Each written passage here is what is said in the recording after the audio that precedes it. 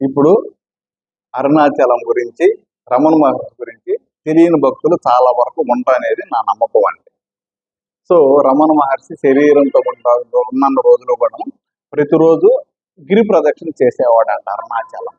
అతనితో కూడా వీలైనంత వరకు ఎక్కడైనా కానీ ఒక స్వామీజీ గురువు గారు తిరుగుతున్నారంటే భక్తులు కూడా ఖచ్చితంగా అతనితో కూడా గిరి ప్రదక్షిణ చేసేటందుకు అవకాశాలు ఉంటాయి. అదే విధంగా ఒకరోజు ఇదే విధంగా గిరి ప్రదక్షిణకి పోతూ ఉండారంట. వెనకాల ఉన్నటువంటి శిష్యులకి అతను కట్టుకున్న పంచిని ఒకరోజు చించమంటాడంట రమణ మహర్షి. ఆ శిష్యుడు ఏం చేస్తాడంటే, ఏందబ్బో పంచి చించమంటున్నాడు ఈ స్వామీజీకి ఏమన్నా మతిపోయిందా అని ఆలోచిస్తా ఉంటాడంట. ఒక 4 అడుగులు వేయంగానే ఒక రాయి రమణ మహర్షి కాలుకి తగిలి రక్తం కారుతుందంట. అప్పుడు గబగబా పరిగిస్తూ వచ్చి ఆ శిష్యుడు ఆ పంచిని దించి అప్పుడు ఆ రక్తం ఆపేటందుకు కట్టు కడతాడంట.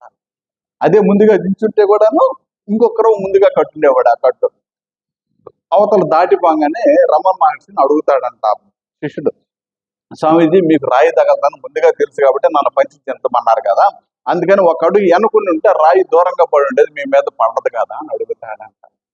అప్పుడు ఆ స్వామీజీ చెప్తాడంట ఆ శిష్యుడితో, నాయన అది కర్మకు సంబంధించినది, నేను ఇక్కడ తప్పించుకున్నాను అనుకోండి, వడ్డీతో సహా మళ్ళీ అయినా ఇంకా పెద్ద రాయి నా మీద రేపు కానీ ఎల్లుండి కానీ రేపు సంవత్సరం కానీ వచ్చే జన్మలో కానీ పడేటందుకు అవకాశాలు ఉంటాయి.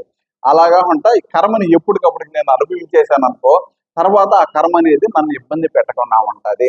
దానికని కర్మపరంగా ఏది జరగాలనో అది జరగాలి కాబట్టి ఆ రాయి నాకు తగలాలని కర్మపరంగా ఉంది కాబట్టి అది నాకు తగిలింది.